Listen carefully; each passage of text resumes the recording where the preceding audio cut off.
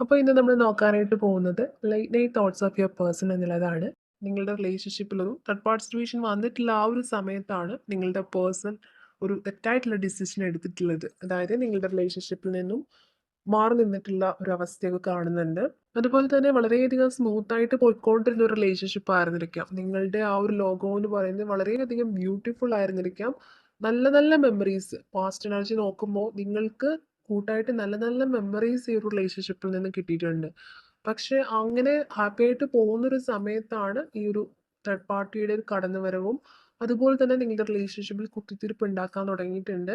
ആ ഒരു പോയിന്റ് തൊട്ടാണ് നിങ്ങളുടെ റിലേഷൻഷിപ്പിൽ പ്രശ്നങ്ങൾ വന്നിട്ടുള്ളതായിട്ട് കാണുന്നത്. അപ്പോൾ ഇങ്ങനെ പോയിട്ടുള്ളൊരു റിലേഷൻഷിപ്പ് ആണെന്നുണ്ടെങ്കിലും നിങ്ങൾ കുറേ പേരെങ്കിലും, അതായത് നിങ്ങളിൽ കുറേ പേരെങ്കിലും ഇപ്പോഴും ഈ ഒരു പേഴ്സണിന് വേണ്ടി വെയിറ്റിങ്ങിലാണ്.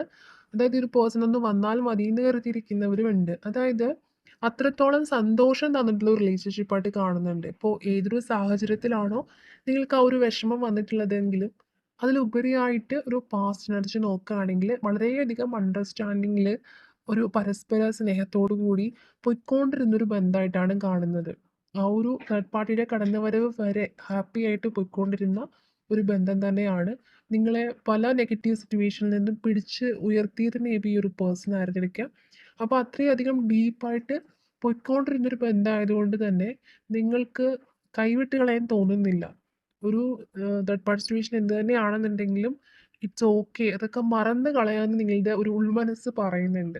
മേ ബി നിങ്ങളുടെ ചുറ്റുമുള്ളവർ പോലും നിങ്ങളോട് ഈ ഒരു റിലേഷൻഷിപ്പിൽ നിന്ന് മൂവ് ഓൺ ആവാൻ പറഞ്ഞിട്ടുണ്ടായിരിക്കും. അല്ലെങ്കിൽ അവർ ചെയ്തിട്ടുള്ള തെറ്റ് ഇത്ര വലുതായിട്ടൊക്കെ ഫീൽ ചെയ്തിട്ട് നിങ്ങളോട് ഇനി എന്തിനാണ് കടിച്ചു തൂങ്ങി നിൽക്കുന്നത് എന്നുള്ള രീതിയിൽ ചോദിച്ചിട്ടുണ്ടായിരിക്കാം.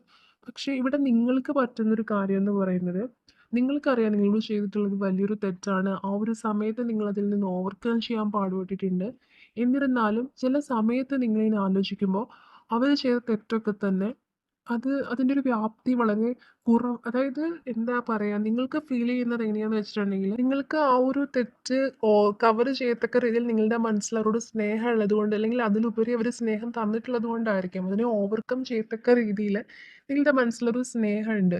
എത്ര ദുഷ്ടത്തരം നിങ്ങളോട് ചെയ്താലും അതൊക്കെ പെട്ടെന്ന് തന്നെ മറന്നു പോകുന്ന രീതിയിലാണ് നിങ്ങളുടെ ഒരു മുന്നോട്ടുള്ള പോക്ക്. അത് പെട്ടെന്ന് മറന്നു പോവാണ്. അതിന് സാരമില്ല, പുറത്തു കൊടുക്കാം അല്ലെങ്കിൽ ക്ഷമിച്ചു കൊടുക്കാം എന്നുള്ളൊരു തോട്ട്സ് വരുന്നുണ്ട്.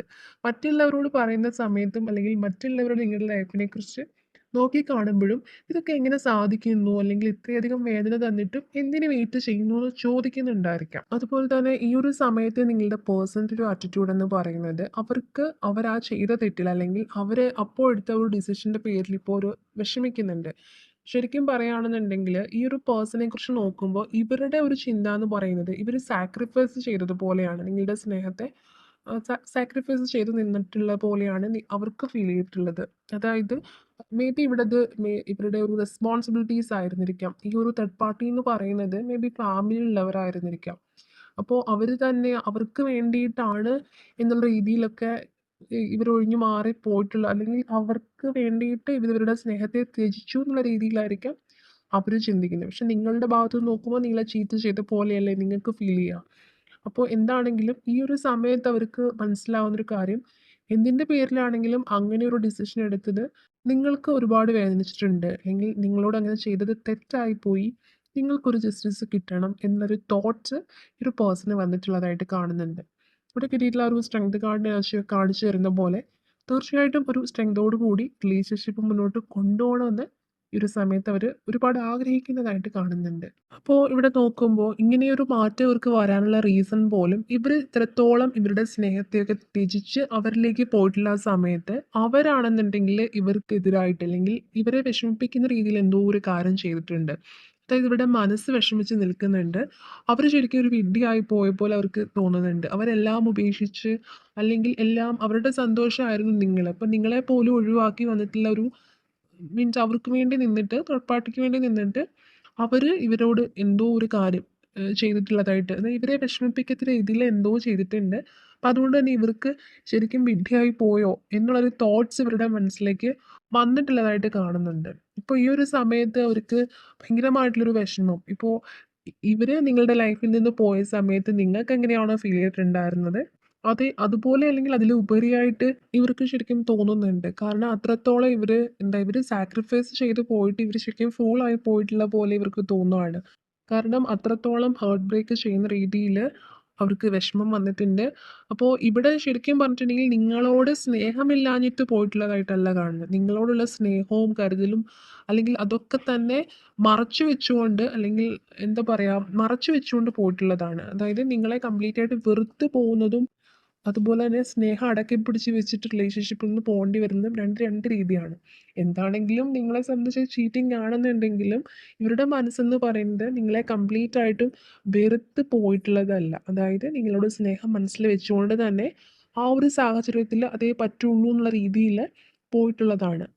അവരുടെ സ്നേഹം പോലും ത്യജിച്ച് മറ്റൊരു ആൾക്ക് വേണ്ടി അല്ലെങ്കിൽ മറ്റൊരു സാഹചര്യത്തിന് വേണ്ടിയിട്ട് പോയിട്ടുള്ളൊരു പേഴ്സൺ ആണ്. അപ്പം അതുകൊണ്ട് തന്നെ ആ ഭാഗത്ത് നിന്ന് തിരിച്ചടി വരുന്ന സമയത്ത് ഇവർക്ക് എന്തിനു വേണ്ടിയിട്ടാണ് ഞാൻ എൻ്റെ സന്തോഷം പോലും ഇല്ലാണ്ടാക്കി വന്നതെന്നുള്ളൊരു ചിന്ത വരില്ലേ? അപ്പോൾ ആ ഒരു തോട്ട്സ് ആണ് കൂടുതലായിട്ടും കാണാൻ പറ്റുന്നത്. അതുപോലെ തന്നെ ഒരുപാട് സ്നേഹം, ഭയങ്കരമായിട്ട് കുറ്റബോധം, അതുപോലെ തന്നെ ഒരു രീതിയിലും നിങ്ങളെ ബ്ലെയിം ചെയ്യാത്ത രീതിയിൽ എല്ലാ തെറ്റും സ്വയം ഏറ്റെടുത്ത് കൊണ്ടൊരു സോറി പറഞ്ഞ് വരാനുള്ളൊരു അത്തരം മനസ്സോടുകൂടി നിൽക്കുന്നൊരു പേഴ്സൺ. അതായത് ഇൻ കേസ് സംസാരിച്ച് തുടങ്ങുമ്പോൾ നീ ഒന്നും പറയണ്ട, എല്ലാം എൻ്റെ തെറ്റാണ്, എല്ലാം ഞാൻ അക്സെപ്റ്റ് ചെയ്യുന്നു, നിനക്കിതിലൊരു പങ്കുമില്ല, എന്നോട് ക്ഷമിക്കൂ എന്നുള്ള രീതിയിൽ ഈ ഒരു വാക്കുകളൊക്കെ തന്നെ പറഞ്ഞുകൊണ്ട് വരാനുള്ളൊരു സാധ്യത കൂടുതലായിട്ടും കാണുന്നുണ്ട്. കാരണം അത്രമാത്രം അവർ സ്ട്രഗിൾ ചെയ്യുന്നുണ്ട്.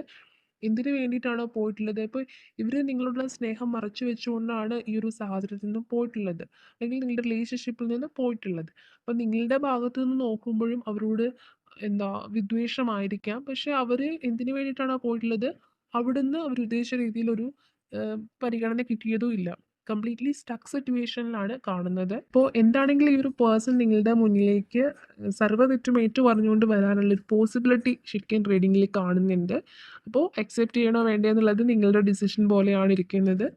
അപ്പോൾ ഇന്ന് കിട്ടിയിട്ടുള്ള സ്പ്രെഡ് വെച്ച് നോക്കുമ്പോൾ ഈ ഒരു തോട്ട്സും കാര്യങ്ങളും ലേറ്റ് നൈറ്റ് തോട്ട്സ് എന്ന് മാത്രം പറയാൻ പറ്റില്ല. കാരണം ലേറ്റ് നൈറ്റ്സ് ആണെന്നുണ്ടെങ്കിലും ഏതൊരു ടൈമും ഇവർക്കിപ്പോൾ നിങ്ങളുടെ ചിന്ത മാത്രമുള്ളതായിട്ട് കാണുന്നുണ്ട്. നിങ്ങളുടെ മെമ്മറീസിലാണ് ഓരോ ദിനവും ഹാപ്പി തോട്ട്സ് ഒക്കെ ഇല്ലേ, അതൊക്കെ ഓർത്താണ് ഓരോ മൊമെൻറ്റിലും കടന്നു പോകുന്നത്. ഫ്യൂച്ചറിൽ ഒരു എക്സ്പെക്റ്റേഷൻ പോലും നിങ്ങളുണ്ടല്ലോ എന്നുള്ളൊരു തോട്ട്സാണ് ഇവരുടെ മനസ്സിലുള്ളത്. സോ അത്തരം ഒരു എനർജിയാണ് ഇന്നിവിടെ റീഡിങ്ങിൽ കിട്ടിയിട്ടുള്ളത്. നമുക്കിനി ഇവിടെ കിട്ടുന്ന ക്ലൂസും കൂടി ഒന്ന് നോക്കാം. Number 8, number 20, number 7, black colour, letter W ആണ് നെക്സ്റ്റ് കിട്ടിയിട്ടുള്ളത്. ലെറ്റർ എൻ കിട്ടിയിട്ടുണ്ടായിരുന്നു. റെഡ് കളർ കിട്ടിയിട്ടുണ്ട്. ആലപ്പുഴ ജില്ലയാണ് അടുത്തതായിട്ട് കിട്ടിയിട്ടുള്ളത്. എഞ്ചിനീയർ എന്നുള്ളത് കിട്ടിയിട്ടുണ്ട്. മേ ബി നിങ്ങളുടെ പേഴ്സൺ എഞ്ചിനീയർ ആയിരിക്കാം. ലെറ്റർ കെ 33, തൃശ്ശൂർ ജില്ല കിട്ടിയിട്ടുണ്ട്. സെൽഫ് ലവ് എന്നുള്ളൊരു ക്ലൂ കിട്ടിയിട്ടുണ്ട്. സെൽഫ് ലവ് ചെയ്യുന്നൊരു പേഴ്സൺ ആയിരിക്കാം. ഓക്കെ, നെക്സ്റ്റ് കിട്ടിയിട്ടുള്ളത് ഡാൻസ് എന്നുള്ളൊരു ക്ലൂ ആണ്. ഡാൻസർ ആയിരിക്കാം. ഡാൻസ് കുറേയധികം ഇഷ്ടമുള്ള ഒരു പേഴ്സണും ആയിരിക്കാം. 53 എന്നുള്ളൊരു നമ്പർ കിട്ടിയിട്ടുണ്ട്. മേ ബി ഏജ് ആയിരിക്കാം. നെക്സ്റ്റ് ഇവിടെ കിട്ടിയിട്ടുള്ളത് ലെറ്റർ യു ആണ് കിട്ടിയിട്ടുണ്ടായിരുന്നത്. ഓക്കെ, റീഡിങ് എന്നുള്ളൊരു ക്ലൂ കിട്ടിയിട്ടുണ്ട്. റീഡിങ് ബുക്സ് ഒക്കെ റീഡ് ചെയ്യാൻ ഒരുപാട് ഇഷ്ടമുള്ളവരായിരിക്കാം നിങ്ങളുടെ പേഴ്സണോ. നെക്സ്റ്റ് നമ്പർ 16 ആണ് കിട്ടിയിട്ടുള്ളത്. 47 എന്നുള്ള നമ്പർ കിട്ടിയിട്ടുണ്ട്. നെക്സ്റ്റ് ഇവിടെ കിട്ടിയിട്ടുള്ള ഒരു ക്ലൂ വൈറ്റ് കളറാണ്. മേ ബി ഫേവറേറ്റ് ഉള്ള കളർ ആയിരിക്കാം. അതും അല്ലെങ്കിൽ ഈ ഒരു സമയത്ത് കുറെ കൂടി അട്രാക്ഷൻ തോന്നുന്ന ഒരു നിറവും കൂടി ആയിരിക്കാം വൈറ്റ് കളർ എന്ന് പറയുന്നത്. വെനസ്ഡേ എന്നുള്ളൊരു ഡേ കിട്ടിയിട്ടുണ്ട്. നെക്സ്റ്റ് ഇവിടെ കിട്ടിയിട്ടുള്ള നമ്പർ 11 ആണ് കിട്ടിയിട്ടുണ്ടായിരുന്നത്. ലെറ്റർ ജെ കിട്ടിയിട്ടുണ്ടായിരുന്നു. ലാസ്റ്റ് ആയിട്ട് കിട്ടിയിട്ടുള്ളത് കോട്ടയം ജില്ലയാണ്. ഓക്കെ, അപ്പോൾ ഇതൊക്കെയാണ് ഇവിടെ കിട്ടിയിട്ടുള്ള ക്ലൂസ് എന്ന് പറയുന്നത്.